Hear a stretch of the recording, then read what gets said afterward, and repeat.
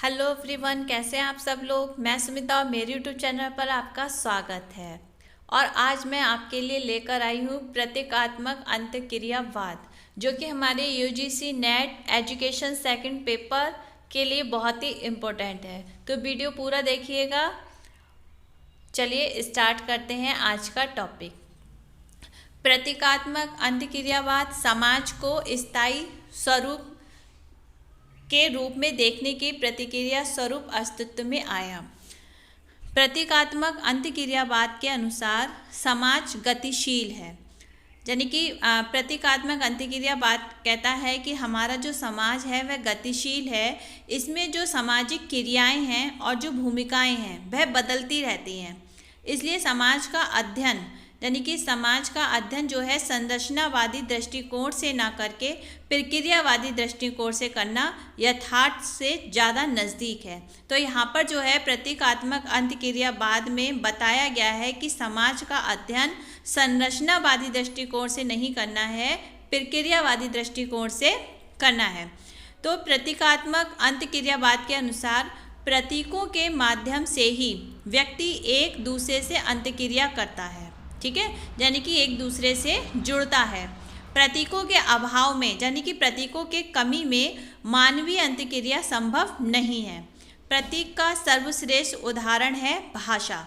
देखिए, जब हम भाषा के द्वारा ही हम एक दूसरे से संपर्क करते हैं, एक दूसरे से हमारे साथ जुड़ाव होता है। फॉर एग्जाम्पल मान लीजिए हम हिंदी जानते हैं, ठीक है, और हम कहीं ऐसी जगह बाहर पहुंच जाते हैं जहां पर हिंदी भाषा का उपयोग नहीं होता है, इंग्लिश का होता है, मे बी किसी और भाषा का होता है। अब वहां पर हम क्या करेंगे, वहां पर हम जो है बहुत अपने आप को अकेला पाएंगे।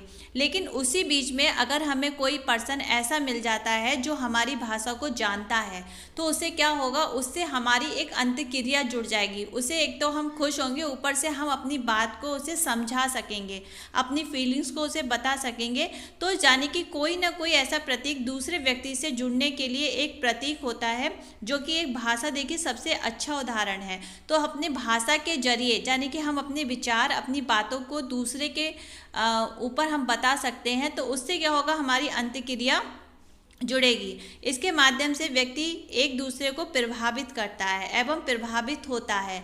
अब जैसे कि मान लीजिए हम हिंदी जानते हैं और अगर हमें हिंदी के साथ साथ और भी भाषाओं का ज्ञान है, फॉर एग्जांपल इंग्लिश, पंजाबी या और भी भाषा हमें अच्छी लगती है। अब हमारा कोई फ्रेंड है या हम कहीं ऐसी जगह जाते हैं जहाँ पर हम और भाषाओं का उपयोग करते हैं, तो लोग हमसे प्रभावित होते हैं। या फिर हम किसी से प्रभावित होते हैं जब हमारे सामने कोई और भाषा का भी उपयोग करता है, तो हम ये सोचते हैं कि अरे वाह, ये तो और भी भाषाएं जानता है। तो व्यक्ति क्या है, एक दूसरे को प्रभावित करता है एवं प्रभावित होता है।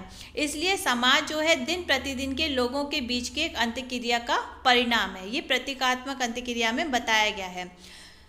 प्रतीकात्मक अंतःक्रियावाद शब्द का सर्वप्रथम प्रयोग जो है वो हर्बर्ट ब्लोमर ने किया था। तो इनकी जो औपचारिक शुरुआत थी वो जो है G.H. मीड ने की थी। और ये इम्पोर्टेंट है, देखिए G.H. मीड का एक सिद्धांत है जिसको कहा गया है कि मीड का समाजीकरण का सिद्धांत, ठीक, से मानी जाती है। मीड ने विलियम जेम्स और जॉन डेवे और C.H. कुले के विचारों को समन्वित कर प्रतीकात्मक अंतःक्रियावाद को सैद्धांतिक स्वरूप प्रदान किया। मीड की पुस्तक माइंड, सेल्फ एंड सोसाइटी, ये भी इम्पोर्टेंट है, नोट कर लीजिएगा कि मीड की पुस्तक का नाम है, मैंने एक सिद्धांत बताया है आपको, और दूसरा है मीड की पुस्तक का नाम माइंड, सेल्फ एंड सोसाइटी। में प्रतीकात्मक अंतःक्रिया के संचार को आधार माना गया है। मीड कहते हैं कि समाज का आधार प्रतीक है, यानी कि कहने का मतलब कि हम समाज में जिस भी किसी से जुड़े हुए हैं तो वो कहीं ना कहीं किसी न किसी चीज़ के द्वारा जुड़े हुए हैं। जैसे फॉर एग्जाम्पल भाषा, इन प्रतीकों को हम दिन प्रतिदिन के सूक्ष्म अंतःक्रिया के अनुभव द्वारा सीखते हैं एवं इसकी व्याख्या करते हैं, जो हमारे आसपास की दुनिया के बारे में हमारी समझ विकसित करता है। मीड के अनुसार सोचना एक प्रकार का आंतरिक वार्तालाप है, ठीक है। इस आंतरिक वार्तालाप को मीड यानी कि मन कहते हैं। यानी कि हम जो भी कुछ सोचते हैं तो वो हम कहाँ सोचते हैं, अपने अंदर सोचते हैं। तो उसको मीड ने क्या कहा है, उसको मन कहा है, यानी कि हम अपने मन में सोचते हैं। तो मन की अवधारणा को मीड एक प्रक्रिया मानते हैं। सोचने की क्षमता व्यक्ति में सर्वप्रथम कैसे विकसित होती है, इसके लिए मीड कहते हैं कि मन एक चयन करने की प्रक्रिया से विकसित होता है, यानी कि मन भी एक चयन करता है जिसके अंतर्गत एक बच्चा संकेतों को ग्रहण करता है। यानी कि हमें कोई चीज़ ऐसी दिखती है किसी संकेत के द्वारा, तभी तो हम उसके बारे में कुछ अपने मन में सोचते हैं। तो जो संकेत सकारात्मक प्रतिक्रिया देते हैं, यानी कि पॉजिटिव थिंकिंग देते हैं, उनका एक साझा अर्थ होता है, यानी कि उनका एक अच्छा अर्थ होता है जो बच्चे एवं उसके पर्यावरण यानी कि उसके इन्वायरमेंट दोनों के लिए समान होता है। इन संकेतों के माध्यम से ही बच्चा अन्य की भूमिकाओं को काल्पनिक क्रिया करता है। तो मीड के अनुसार यही मन है, ठीक है, यानी कि हमारे अंदर के मन की बात हो रही है। यहाँ पर स्व यानी कि सेल्फ, यानी कि हम खुद से, स्व यानी कि खुद, यानी कि तात्पर्य इस प्रक्रिया से है कि जिसमें व्यक्ति स्वयं को वस्तु के रूप में देखकर प्रतिक्रिया करता है, यानी कि हम यानी कि खुद को एक वस्तु के रूप में देखें और प्रतिक्रिया करें, या फिर संकेतों के आधार पर व्यक्ति अपना मूल्यांकन करता है, यानी कि खुद मूल्यांकन करता है अपना खुद का। तो अंतःक्रिया की प्रक्रिया में स्वयं मूल्यांकन से व्यक्ति की जो छवि बनती है, यानी कि खुद का जब हम मूल्यांकन करते हैं तो हम जानते हैं कि हम क्या हैं, और उस में जो हमारी छवि बनती है, यानी कि हमारी खुद की जो इमेज बनती है, वही स्व यानी कि हम सेल्फ है। तो यहाँ पे सेल्फ का तात्पर्य यानी सेल्फ का अर्थ उस प्रक्रिया से है जिसमें व्यक्ति स्वयं को वस्तु के रूप में देखता है। तो यहाँ पर जो है मीड जो है इनकी स्व की जो है 3 अवस्थाओं का उल्लेख करते हैं। सबसे पहली है आपकी नकल की अवस्था। हम खुद यानी कि कैसे, एक तो हम नकल यानी कि दूसरों को देखकर उसकी नकल करके सीखते हैं। नाटक की अवस्था, खेल की अवस्था, ठीक है। तो स्व व्यक्ति और समाज को जोड़ने वाली कड़ी है, यानी कि हम क्या है, व्यक्ति और समाज, यानी कि हम खुद और समाज से जुड़ने वाली एक कड़ी है, और संचार के माध्यम से ही ये कड़ी स्थापित होती है। संचार का माध्यम हमारा क्या होगा, कुछ भी हो सकता है, हमारी भाषा हो सकती है या कोई और प्रतीक हो सकता है। समाज यानी कि सोसाइटी। तो समाज का निर्माण बिना मन एवं स्व, यानी कि देखिए किसी भी समाज का निर्माण जो है, मीड ने कहा है कि बिना मन के और बिना सेल्फ यानी कि व्यक्ति के नहीं हो सकता।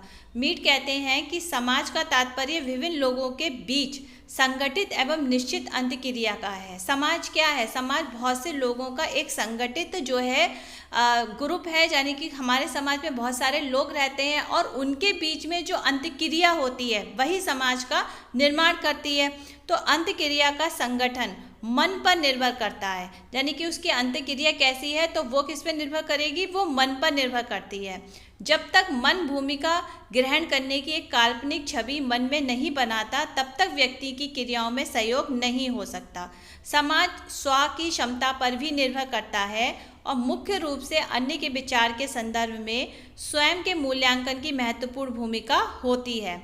तो मनुष्यों में अंतःक्रिया के पर्यावरण में हस्तक्षेप करने की क्षमता होती है, यानी कि हम मनुष्यों में अंतःक्रिया यानी कि खुद में जब हम मन में अपने सोचेंगे तो उसमें हस्तक्षेप यानी कि सही और गलत करने की भी क्षमता हमारे मन में होती है सोचने की।